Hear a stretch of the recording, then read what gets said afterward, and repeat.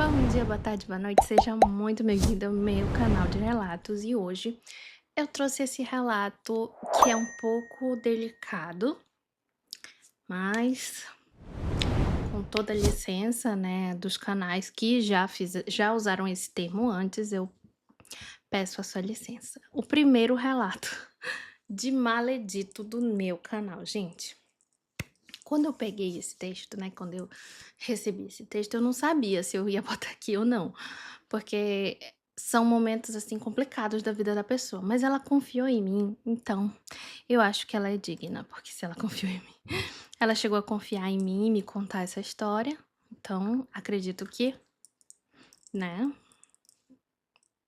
acredito que é válido contar. Então vamos lá para o primeiro, e esse aqui vai ser um novo formato de um único relato, quando ele é muito grande ou quando ele é muito impactante, que eu quero que você sinta o impacto junto comigo, aí a gente vai ler ele sozinho. E esse é o caso. Então, estreando, né, o primeiro relato de maledito do canal. Então vamos lá. Com um tema assim: meu avô era meu pai? Oi, oi, me chamo Fulana e gostaria de compartilhar esse relato com o mundo, no total anonimato possível, claro. Conheci seu canal aqui mesmo no YouTube e adorei a sua energia. E vi como você está começando, pensei em lhe mandar o relato, pois gostaria da sua opinião sobre o assunto. Então, bom, acho que não terá problema em relatar alguns nomes, já que estes são fictícios. Bom, passei o relato no chat GPT. Espero que goste, comente e vamos lá. Eu tô nervosa, porque é o primeiro relato de maledite do canal, então não sei como é que vai performar. Então vamos lá. Olá, aqui eu me chamarei Momo. Eu vivia um sonho de família perfeita. Meu pai e minha mãe eram o exemplo de pai e mãe da igreja. E claro, eu era a filha troféu. Todos me cumprimentavam na igreja e eu era muito bem acolhida por todos. Além de ser a menininha do papai. Tudo que eu queria aquele homem me dava. Então pode-se dizer que sim, eu era a filhinha do papai, a protegida, enfim.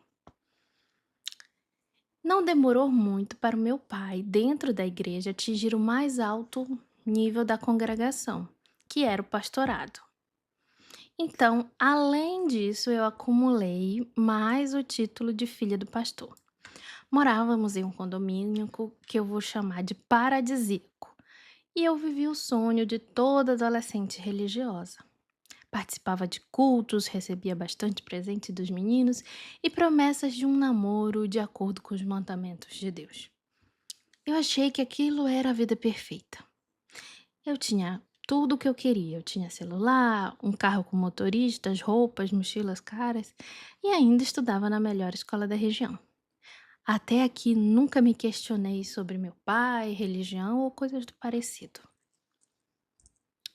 Porém, no ano em que eu completava 14 anos, ou seja, no último ano do meu ensino fundamental, eu estava quase que meio transformada já de corpo, né?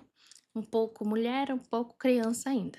As curvas já apareciam, meu rosto afinava e eu passei a ser desejada por garotos. Mas até aquele momento eu não queria nenhum. Foi então que ele entrou. Entrou no meio do ano. E eu posso classificá-lo como o japonês da minha vida. Spoiler, hoje ele é meu marido. Ai, que fofo, gente.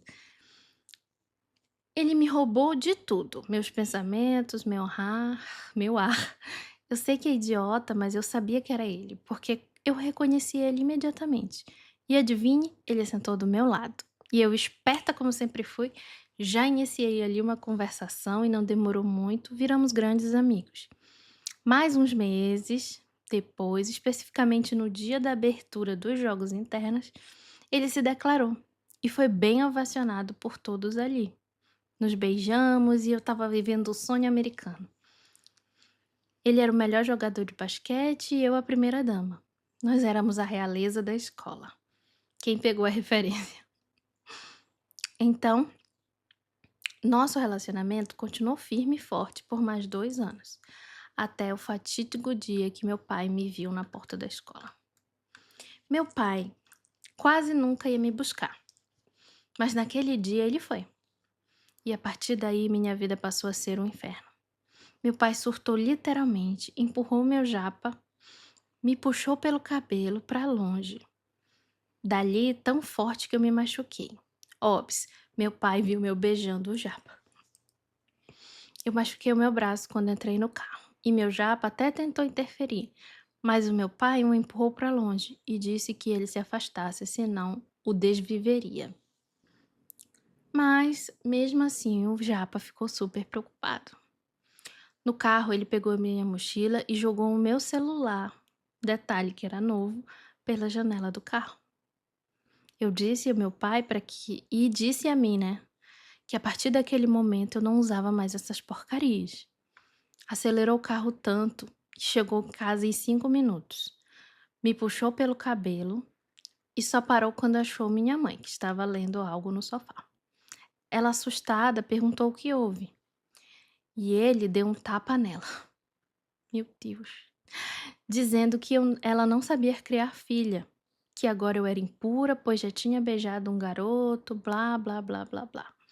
Aquele religioso, aquele blá, blá, blá religioso de sempre. Ele bateu tanto na minha mãe que no outro dia ela não se levantou. Fui até ela e a não encontrei. Em desespero, falei com a minha melhor amiga, a dona Rosa, que era minha babá, e disse que a minha mãe não estava mais lá. Segundo ela lavou um lençol, né, com muito sangue da cama. Pode falar isso aqui? Então ela me disse: acho que ela não está entre nós. Minha mãe, depois daquele dia, nunca mais voltou. Eu chorei copiosamente por dias. Meu pai não parecia se importar com a minha dor ou comigo. E então, uma madrugada, meses depois, ele entrou no meu quarto. A partir desse momento, prefiro não relatar. Mas o que posso dizer é que ele abusou sexualmente de mim. E a partir daquele dia, eu passei a ser a sua mulher. Eu, abismada, porque tinha apenas 14 anos. Não entendia o que estava acontecendo, achava que era normal. Mas aquele pai acolhedor se transformou num verdadeiro monstro com o passar dos dias. E dias se seguiram e eu não voltei a receber a visita dele. Então, aos 14 anos, ele realmente, né, abusou dela e depois ele ficou um tempo sem vir. Em 15 dias, voltei para a escola. O meu japa me perguntou o que tinha havido acontecido e eu lhe contei tudo. Ele me protegeu, me acolheu e os dias passaram mais felizes ao lado dele. Me ajudou a passar por cada dor e até me fez brilhar novamente. Meu pai não sabia que estávamos juntos, mas ele começou a agir cada vez mais estranho, principalmente à noite. Em todas as noites ele me batia quando eu reagia contra algo que ele disse. E em algumas noites ele ia no meu quarto e vocês já sabem o resto. Nossa. E começou fazendo isso todas as noites. Foram meses e até anos. Honestamente, algumas partes da minha memória foram esquecidas e até hoje eu faço terapia. Foi então que Dona Rosa me contou a história mais podre da minha família, que é o que vocês vão ouvir agora. Dona Rosa me contou que meu pai, na verdade, era meu avô, que ele fez o mesmo com a minha avó. Quando a minha mãe completou a minha idade, ele a batizou como sua esposa e sumiu com a primeira esposa, que no caso é minha avó. Gente, até então se mudaram daquela cidadezinha e começaram uma nova vida ali, onde estávamos. Com a minha mãe, além de filha, era esposa. Eu vomitei e fiquei super enjoada quando eu vi isso. Foi aí que a minha cabeça fez a conexão. Eu era fruto de um abuso e meu pai era o meu avô. Que nojo. Contei tudo pro meu japa. Ele me acalentou, sempre foi meu porto seguro e nunca soltou a minha mão. Então eu, ele e Dona Rosa conversando, pois todo dia ele ia na minha casa, resolvemos bolar um plano para que eu não tivesse o mesmo final que a minha avó e minha mãe. Espera aí que eu me perdi. Então foi quando Dona Rosa falou para nós que meu pai já havia decidido deixar a cidade, assim que eu completasse os 18 anos. E agora já faltava só alguns meses.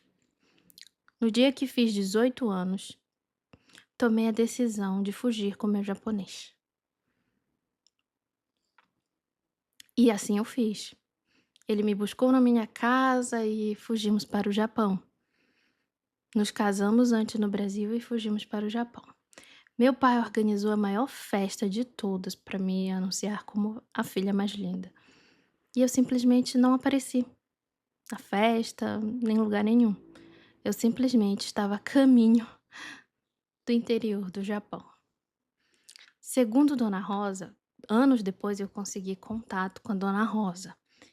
Foi quando ela me contou a história do dia da festa, que segundo ela, ele surtou, dispensou todos os convidados, quebrou a casa inteira.